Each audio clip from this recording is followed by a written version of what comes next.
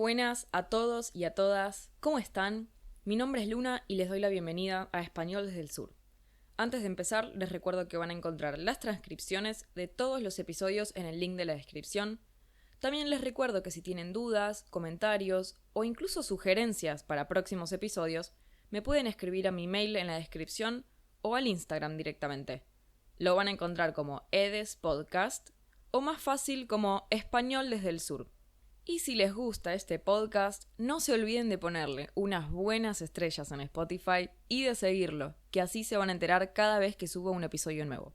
Ahora sí, empezamos.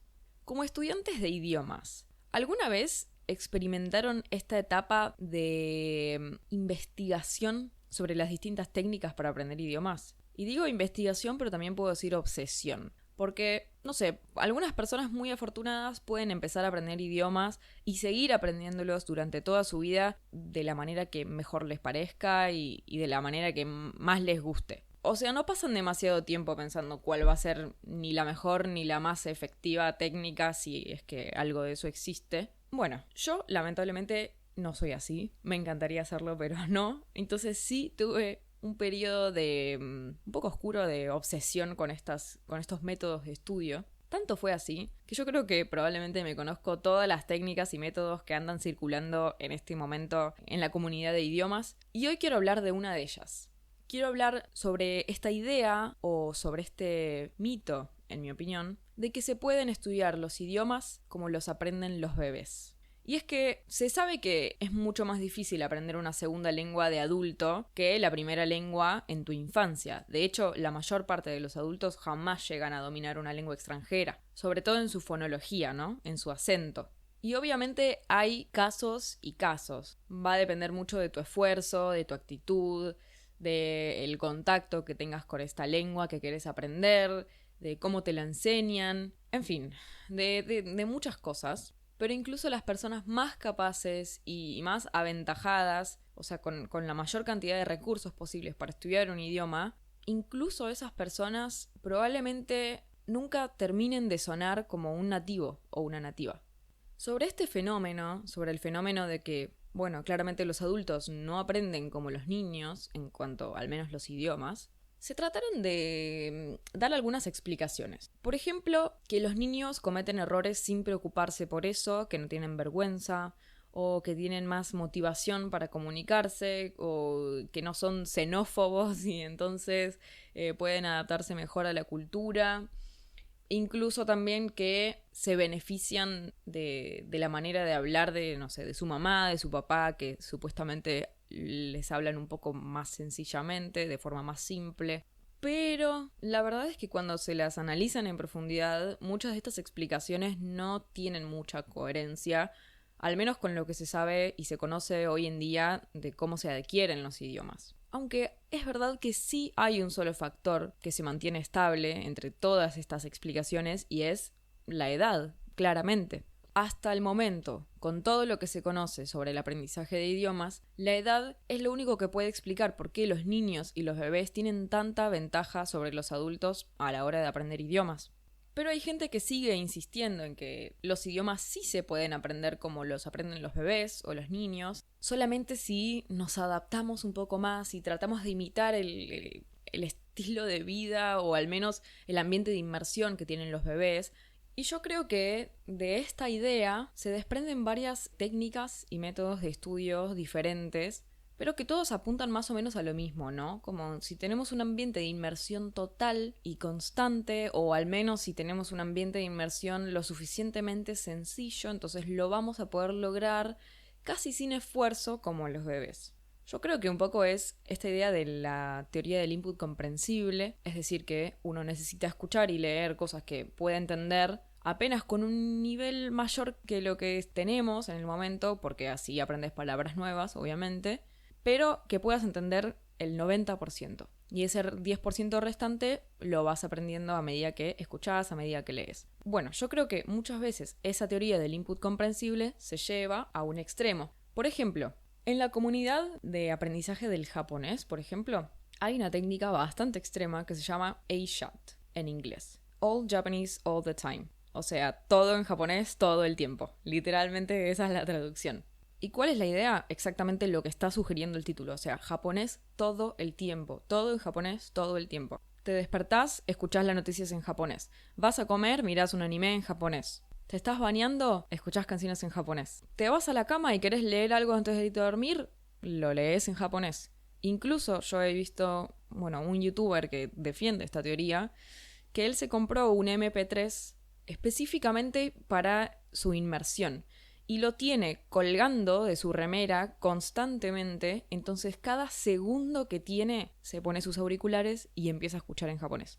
Literalmente es las 24 horas del día. Incluso creo que en alguno de sus videos ha mostrado su habitación y es una locura porque tiene la habitación llena de, de recortes de diarios o de pósters en japonés o como los kanjis en la pared, o sea, estos ideogramas, estos caracteres chinos, digamos, todo pegado en la pared, o sea, entra a su cuarto y ya, aunque no quiera, está viendo cosas en japonés todo el tiempo. No sé, a mí me parece un poco enloquecedor, pero para mí esto también viene de la idea de que podemos aprender como los bebés, porque los bebés también están inmersos todo el tiempo en un mismo idioma que al principio no entienden, ¿no? Entonces, esta es una de, sus manifestaciones, digamos. O por otro lado, muchas veces lo que se recomienda para aprender como un niño, como un bebé, es, hacer exactamente lo que hacen los bebés, ¿no? Por ejemplo, leer libros infantiles, mirar películas infantiles, escuchar programas infantiles, etc. No sé, me parece que cada una puede ser un poco extrema. O sea, por un lado, la de todo en japonés todo el tiempo es abrumadora, es demasiado. Y por otro lado, esto de las películas y libros y todo el contenido destinado para niños puede ser muy aburrido también, ¿no? Hay cosas para niños que están buenísimas, pero hay muchas otras que sencillamente son para niños y son aburridas. Pero bueno, lo que yo quiero saber, lo que más me interesa, es qué fundamentos hay detrás de esto. O sea, ¿qué dice la gente que piensa que se puede aprender como un bebé?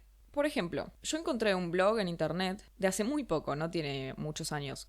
Un blog en el que se discutía este tema y me guardé algunos comentarios. Por ejemplo, uno dice que no tiene dudas de que un adulto podría aprender un idioma de la misma manera que un niño, porque dice que, por ejemplo, si un adulto hablante de chino se uniera a tu familia cuando tu hijo recién nació, o sea, vamos a suponer que vos acabas de tener un hijo y que por alguna razón se une a tu familia un adulto chino, que si vos lo tratás de la misma manera y tiene las mismas interacciones que tiene tu hijo, entonces ese adulto que habla chino, sin duda va a estar todo el tiempo en el mismo estadio de aprendizaje que tu hijo.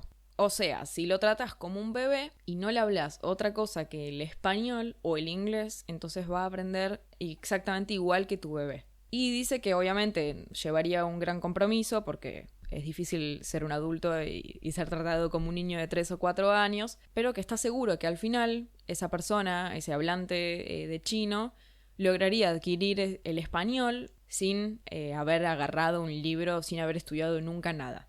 O sea, básicamente el fundamento detrás de esta idea es, claro, lo que pasa es que los adultos no aprenden como los niños porque no se les da las mismas herramientas, ¿no?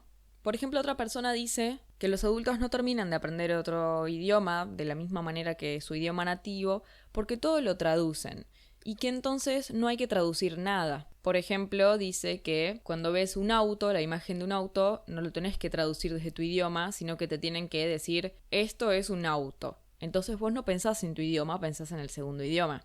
Y de esa manera vas a aprender más como lo hace un niño.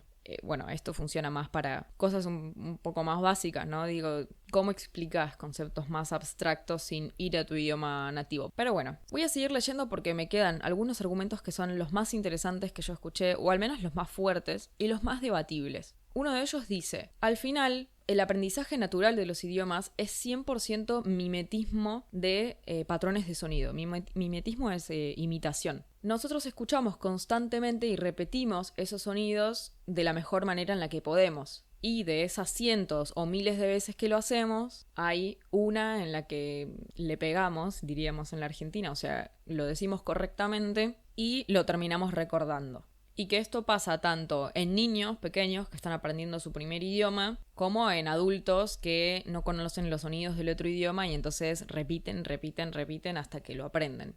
O sea, tenemos esta idea de la imitación, ¿no? El aprendizaje de idiomas es todo imitación. Todo lo que sabemos, lo sabemos porque una persona lo dijo antes. Y hay algún par de argumentos más. Por ejemplo, este comentario dice: creo que cuando se trata de aprender nuevos idiomas, la ciencia está sobrevaluada y los factores sociales están infravalorados. Los adultos pueden aprender idiomas tan rápido, si no más rápido, que los niños, si se les da el mismo ambiente de inmersión, las mismas herramientas y las mismas redes de apoyo sociales. Los adultos se castigan a sí mismos una y otra vez cuando cometen errores y los niños no.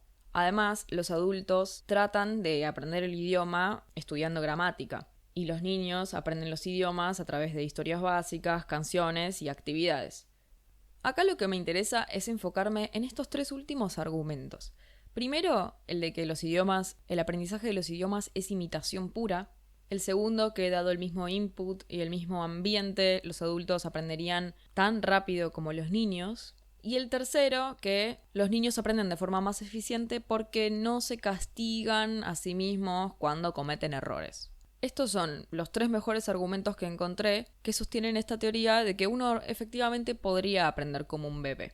Ahora, yo quiero presentar los argumentos de por qué estas ideas, en mi opinión, no funcionan.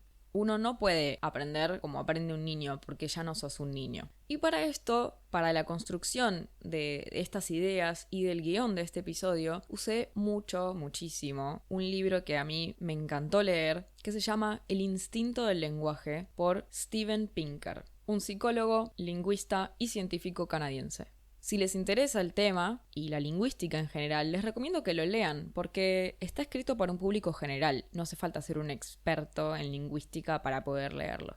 Pero bueno, vamos a empezar con el primer argumento, con este que dice que el aprendizaje de idiomas es pura imitación. Pero, ¿cómo es exactamente el proceso de aprendizaje de los idiomas en bebés?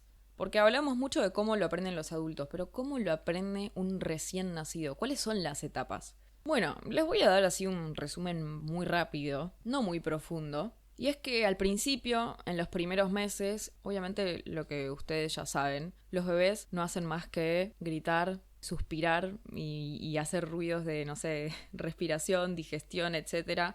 Unos meses después empiezan a balbucear, o sea, empiezan a hablar, hablar, entre comillas, ¿no? Empiezan a producir sílabas. Ba, ta, ne. Al menos en el caso del español esas son las más frecuentes. Y más o menos cuando tienen un año, se empiezan a producir las primeras palabras. Son palabras aisladas, obviamente un bebé de un año no va a construir una oración. Pero sí algunas palabras, mamá, papá, hasta ahora todo muy básico. Ahora, a los 18 meses, o sea, un año y medio, se produce una explosión lingüística. O sea, el desarrollo del vocabulario, el vocabulario que conocen, asciende justamente de forma explosiva, de golpe, hasta el punto en que, como mínimo, aprenden una palabra nueva cada 2 horas. Y esto es una tasa de aprendizaje de vocabulario que, según Pinker, o según las investigaciones de Pinker, se mantiene hasta bien entrada la adolescencia. O sea, desde el año y medio hasta la adolescencia somos una máquina de aprender palabras nuevas. Y en esta etapa de sus vidas, al año y medio, los niños de repente son capaces de producir microfrases, que justamente son frases cortitas, pero que pueden expresar muchas cosas. Pueden, hacer comentarios sobre las actividades que están haciendo, o cómo es una persona, incluso pueden, decir cómo se mueve un objeto, o cuándo aparece y desaparece un animal, cuáles son las propiedades de algo o de alguien.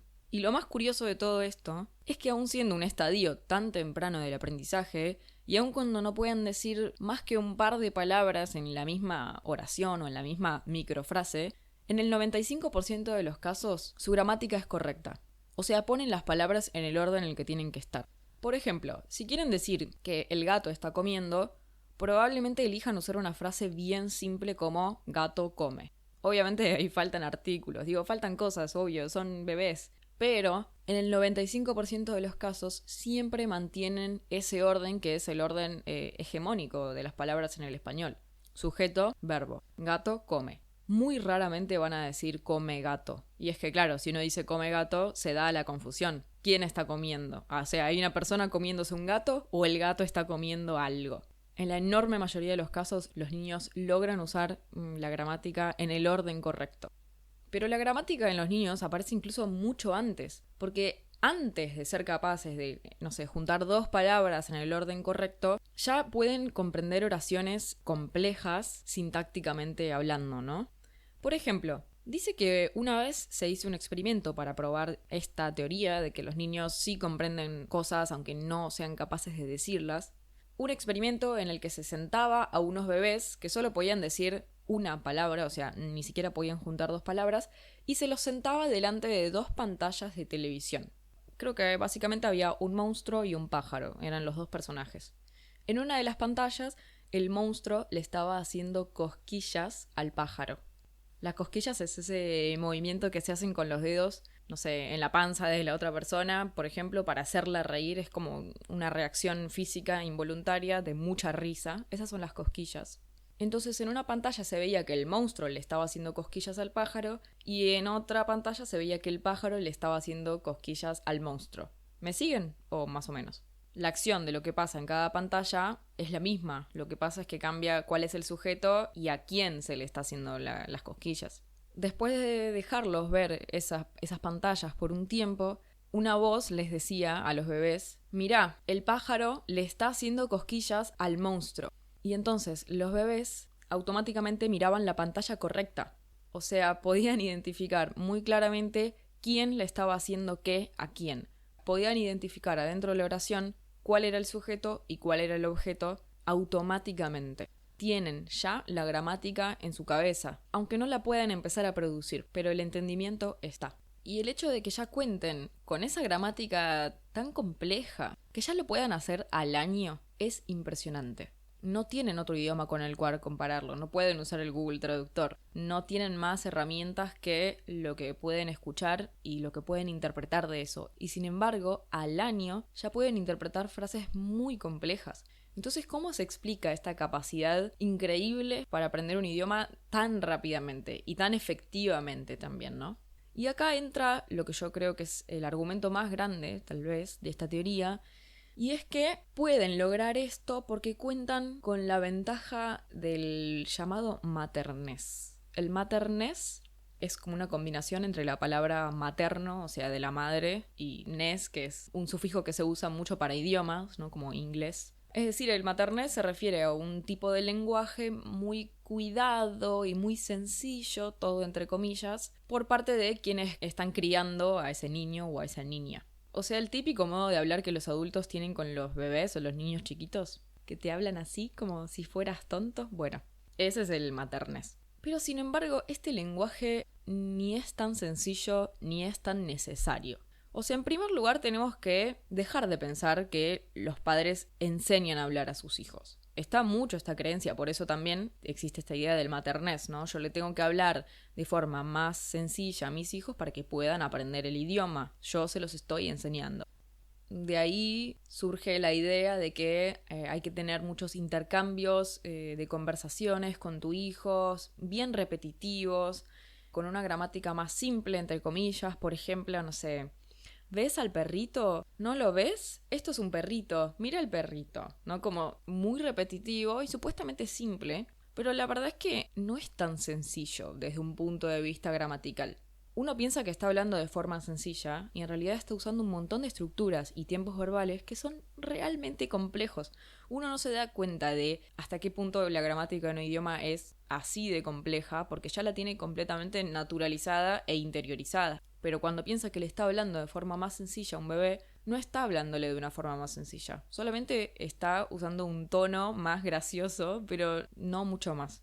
Y yo creo que esto es especialmente interesante si también analizamos teorías populares sobre el rol del padre y de la madre en otras culturas, en otras sociedades. Por ejemplo, y me disculpo porque ya sé que voy a pronunciar mal este nombre, los Kung San, espero que se diga así, son un pueblo que habita en el desierto de Kalahari, en el sur de África, puntualmente entre los países de Botsuana, Namibia y Angola. Este pueblo cree que se debe enseñar a los niños a sentarse, a ponerse de pie y a caminar. De hecho, su costumbre, o una de sus costumbres, es poner montones de arena, o sea, como una especie de montañita de arena chiquita, alrededor de los bebés, para ayudarlos a mantenerse parados. Y de esa manera también van a poder aprender a sentarse solos, porque si no se caen estando parados, no se caen estando sentados. Y esto nos puede parecer muy curioso porque en nuestra cultura, en la cultura occidental, no se les enseña a los niños a sentarse ni a ponerse de pie. Incluso diría que no se les enseña a caminar. O sea, es algo que pasa, sí. Es un momento muy lindo, es un logro, es todo un logro. Tal vez se puede practicar un poco con el bebé, creo que eso se acostumbra, pero no se enseña directamente a hacer esas cosas, porque el bebé eventualmente lo aprende cayéndose. Primero gatea, intenta un poco pararse, intenta un poco caminar, a veces no lo logra y un día lo logra. Pero nadie le enseña nada. Y aún así todos aprenden. A su tiempo, pero aprenden. Y así como a nosotros nos puede parecer muy loco esta idea de que hay que enseñarle a un niño a sentarse, en muchas comunidades también les puede parecer muy loco que en nuestra cultura les intentemos enseñar a hablar. No recuerdo el nombre específicamente de esta comunidad, creo que en el libro tampoco se especificaba. Y es que, por ejemplo, en muchas comunidades no existe este lenguaje maternés. O sea, los padres y las madres no se sienten responsables de enseñarles y transmitirle el idioma a sus hijos. Es más, ni siquiera les hablan, o sea, no les dirigen la palabra hasta que ya saben hablar. Bueno, salvo, no sé, cuando los quieren retar porque están haciendo algo malo o hay algo peligroso o les necesitan pedir algo, pero no existe esto de mira al perrito, qué lindo, bueno, vamos a leer este cuento. No existe ese maternés, no les enseñan.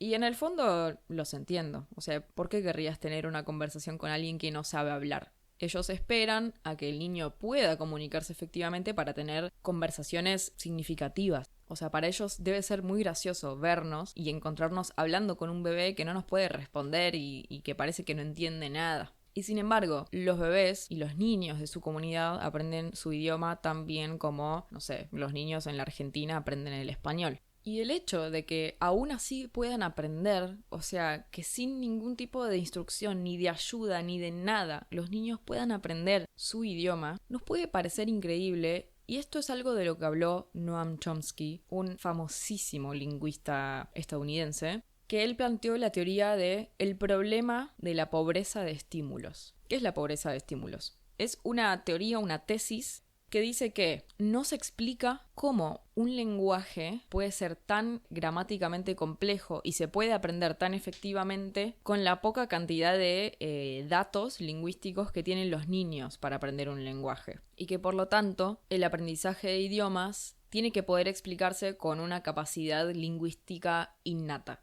O sea, básicamente lo que está diciendo es que no se entiende cómo los niños pueden aprender tan rápido, sin estudios formales, obviamente, son bebés, y con tanta eficacia también, ¿no? De nuevo, nosotros no nos damos cuenta, pero las gramáticas de los idiomas son una cosa increíble, parece casi un milagro que pueda existir algo tan complejo y que se transmite sin problema de generación a generación.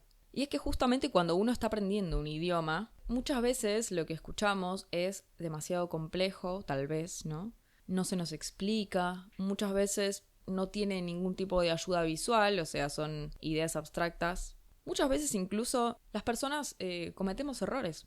Esto pasa, o sea, tal vez estamos hablando muy rápido y no sé, decimos mal un verbo, decimos mal una palabra, nos corregimos, vamos para atrás, volvemos adelante y después retomamos otra idea. O sea, el lenguaje es muy confuso y muchas veces también es escaso, como es el caso de las comunidades que no le hablan a los bebés hasta que ya saben hablar.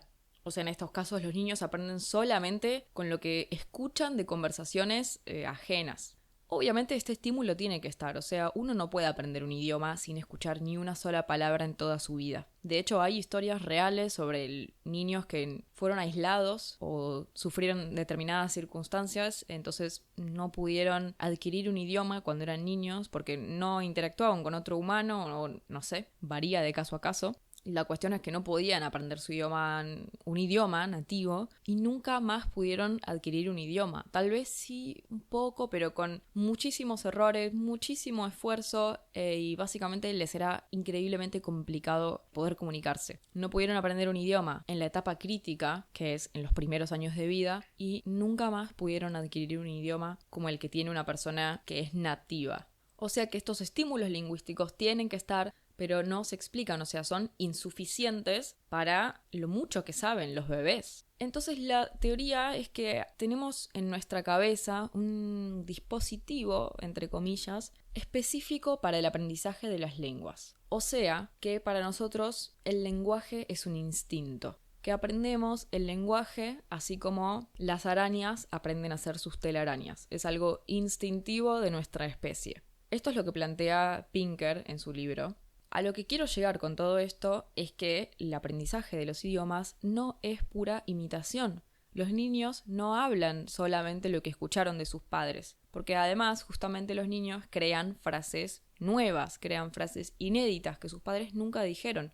Combinan palabras que alguna vez escucharon con gramática que conocen y forman frases completamente nuevas. O sea que no es solamente imitación, no es solamente repetición.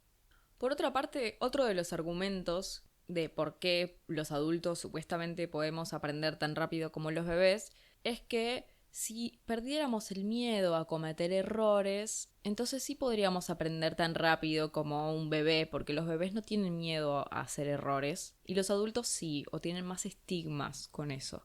O sea, está esta idea de que los bebés sí cometen errores, pero que no se sienten juzgados por esos errores, o no sé, se sienten más libres, o como lo quieran llamar. Y hubo muchas investigaciones al respecto de este tema, y los resultados son impresionantes porque no importa cuál regla gramatical se esté usando, se comprobó que los niños usan esta estructura casi siempre de forma correcta. O sea, raramente cometen errores. Como ya mencioné antes, raramente, no sé, por ejemplo, usan las palabras en un orden incorrecto. En general, siempre lo usan bien. E incluso ya con 3 años de edad, son capaces de usar correctamente casi todos los tiempos verbales, casi todos los géneros, o sea, si una palabra es femenina o masculina, y el número, si una palabra tiene que ser singular o plural. Incluso usan perfectamente todos los pronombres y artículos que necesitan en sus oraciones, a los 3 años. Raramente cometen errores, y mucho menos errores muy graves. Por ejemplo, los niños que aprenden idiomas con géneros, palabras que se dividen entre masculino y femenino, no tienen ningún tipo de problema con esta faceta de su idioma. Aprenden las marcas de género muy rápidamente, cometen muy pocos errores y raramente generalizan sobre las reglas de masculinidad y feminidad. O sea, tal vez ustedes, como estudiantes de español, alguna vez aprendieron que si termina en O, generalmente es masculino, y si termina en A, normalmente es femenino.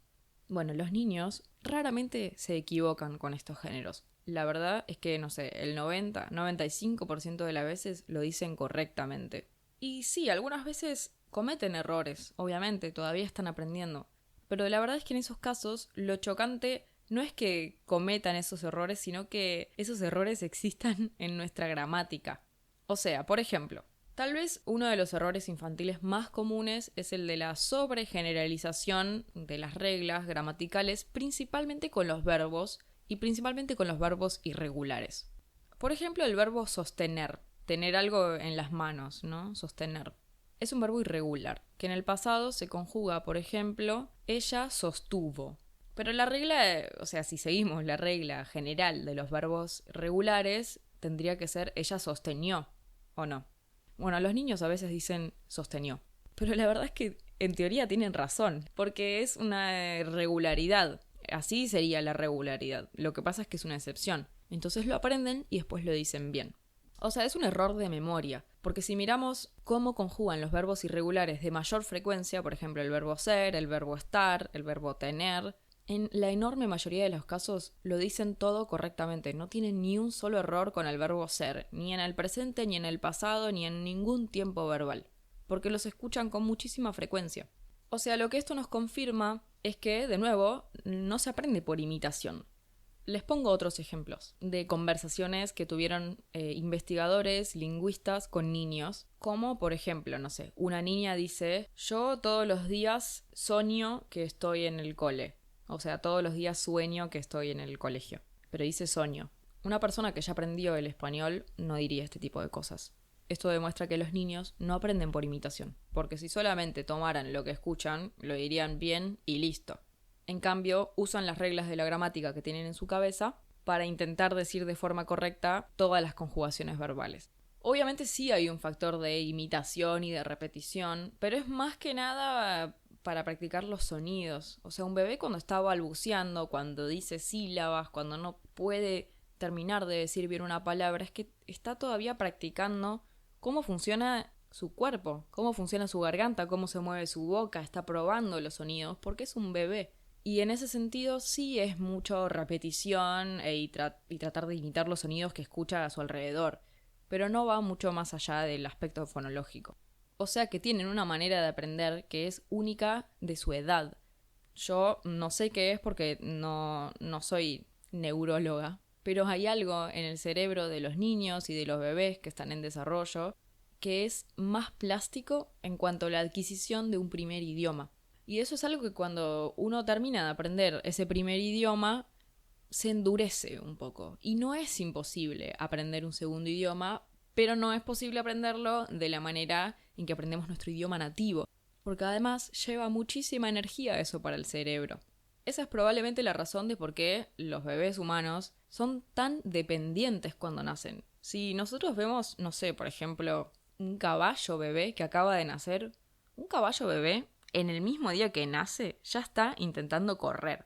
O sea, lo que un caballo bebé puede hacer o puede intentar hacer el mismo día que nació, al humano eso le lleva entre 1 año y 1 año y medio. O sea, son totalmente dependientes de una persona que los cuide. Pero claro, un caballo no está aprendiendo a hablar, no está invirtiendo energía en desarrollar un lenguaje.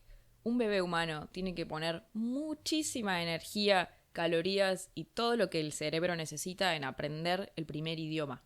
Y eso lleva muchísima energía, es algo que obviamente no se puede sostener durante toda la vida. Por otra parte, quería aclarar algo que me quedó pendiente sobre esta justificación de que los adultos no aprendemos tan rápido como los niños porque los niños no tienen miedo de equivocarse ni se castigan cuando cometen errores y los adultos sí. O sea, la idea detrás de esto, ¿qué es? Que los adultos no aprendemos tan rápido como podríamos porque nos castigamos cuando cometemos errores y que entonces nos tenemos que perdonar los errores.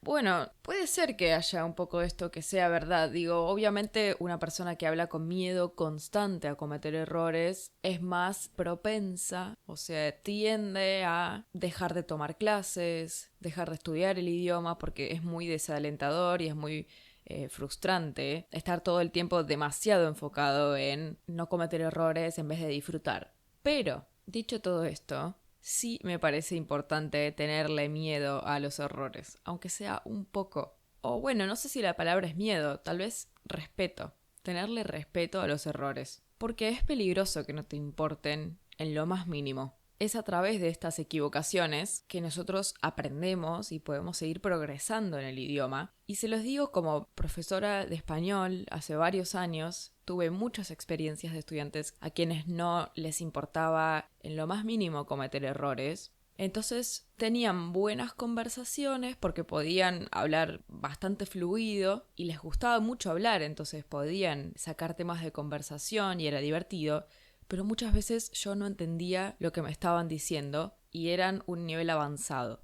O sea, ¿qué es lo que pasa? Que a veces, bajo este fundamento de que hay que aprender como los bebés, las personas no quieren estudiar gramática y piensan que la única y más efectiva manera de aprender es aprender hablando, porque las personas aprenden su primer idioma hablando. Entonces solamente toman clases de conversación, por ejemplo, y no están mucho tiempo leyendo o escuchando, o si están escuchando y leyendo no se detienen a realmente pensar qué es lo que están escuchando, buscar palabras nuevas. Sencillamente van a sus clases de conversación. Y no está mal, son distintos enfoques, distintos perfiles de estudiantes, pero cuidado con la idea de pensar que los bebés aprenden hablando, entonces yo también, Porque lo que pasa con estas personas es que sus errores se fosilizan. O sea, priorizan hablar de manera fluida y poder tener conversaciones, aunque la forma no sea la más correcta, o sea, su gramática no es la mejor. Eso no les importa poder hablar, poder transmitir lo que quieren decir de la manera que sea, pero poder transmitirlo. ¿Cuál es la consecuencia de eso? Que llegan a un nivel avanzado y, por ejemplo, se confunden con el pasado del verbo ser. O se confunden constantemente con el género de una palabra que se supone es básica, entre comillas. Digo, hay que tenerles mucho respeto.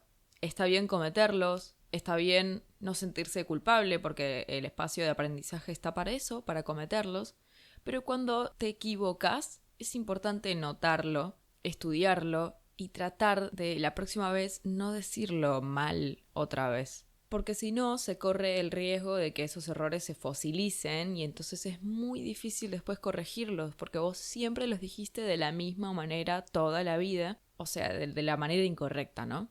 Así que no es que nosotros no aprendemos los idiomas tan rápido como los bebés porque estamos demasiado preocupados por nuestros errores. Está bien que nos preocupemos por nuestros errores. No tenemos una capacidad cerebral impresionante como la que tienen los bebés. Necesitamos estudiar gramática, necesitamos estudiar vocabulario y centrarnos en las cosas que nos salen mal. Y por eso, mis amigos y mis amigas, es imposible aprender un idioma como lo aprenden los bebés. Es literalmente imposible. Sí, obviamente, podemos tomar algunas cosas que nos gusten, por ejemplo, no sé, esto del input, estar inmerso en el idioma, etcétera, etcétera. Pero nosotros los adultos necesitamos un estudio mucho más consciente. No podemos no depender de un estudio activo de la gramática. Sí, tenemos que estudiar gramática. Y tampoco podemos pretender que si escuchamos, no sé, cosas que no entendemos, vamos a adquirirlas como lo adquieren los bebés, porque el cerebro de los bebés está preparado para escuchar cosas que no entiende y decodificarlas, aprenderlas.